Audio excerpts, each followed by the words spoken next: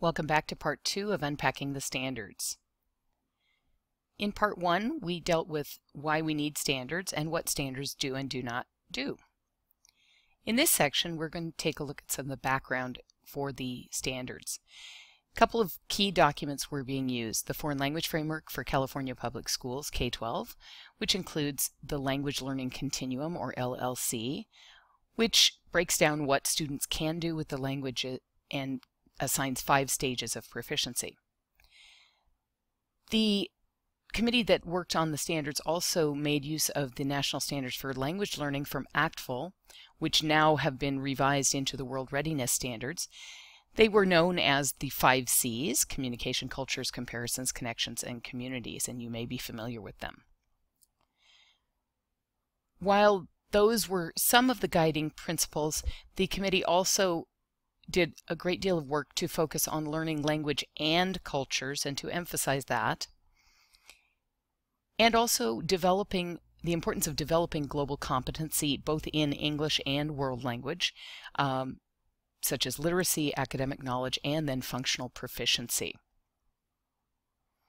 The committee also wrote the standards to acknowledge the fact that we have diverse student populations in California and that there are many sources of language acquisition, not just in our classroom setting. In the document, the committee made use of the Defense Language Institute's breakdown of categories of languages, and these are some of the commonly learned languages in California. In Category 1, we have, for example, American Sign Language, French, Italian, Portuguese, Spanish. Category 1 languages are considered the quickest to develop proficiency in. In other words, it requires less actual study, hours of study, to achieve proficiency. Category 2, slightly more complex and slightly more difficult to achieve proficiency. Some examples: German and Hindi. Category 3 begins to be it takes significantly longer to develop proficiency, such as in Farsi, Filipino, Hebrew, Vietnamese, Russian, Hmong, etc. And finally, you have the Category 4 languages, which are among the most difficult and most challenging for English learners in particular to develop proficiency in, such as Arabic and Cantonese and Mandarin and Japanese. The LLC, I want to take a little bit of time to talk about what the components of the LLC are. It is, as I said before, the language learning continuum, and it is used to indicate growth in linguistic and cultural proficiency. There are benchmarks for progress at each of the stages in the LLC, and they can be broken down by text type, which is what you see off on the right: words, producing sentences, producing paragraphs, producing essays in the case of stage 4, and the center descriptors in parentheses also refer to the type of language that can be understood and produced. Formulaic language means memorized chunks and it's word level, so lists, for example. Created language is where a learner is able to take apart pieces of memorized chunks and recombine them into new language, in other words, creating language, and those are sentences. Planned language, they have some organizational structure in a series of sentences, and extended, they are able to go from paragraph to paragraph in an organized manner. So what is a stage? The stage uses the 5 categories that I just that are linked to each of the stages, and they describe the student's proficiency. What can they do? How can they do it?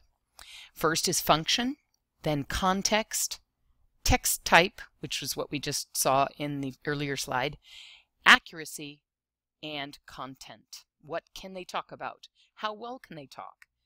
In what form of language can they talk or write? In what settings can they operate? And what can they do? What types of communication?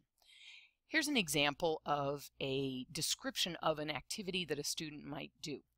Student gives advice, so giving advice is the function, that is the communication that is occurring, to a classmate, so in what setting, who are they talking with? Orally, it's a text that is an oral text, about a relationship issue, so that would be the content, they're talking about the relationship, and the friend acts on the advice because they understand, because the communication was accurate. Now let's talk stage versus level. Don't mix up stage with a particular course level, such as stage 1 French 1. That's not a combination that works.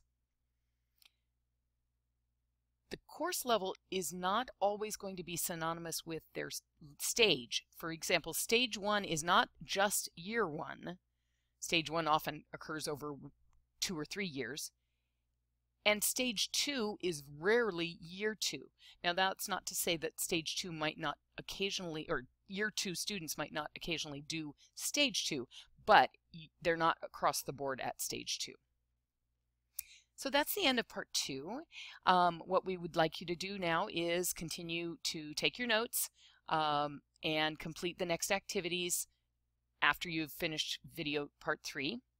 And the next presentation, video 3, is going to be about the standards in our schools and in the various different language programs that are available in California.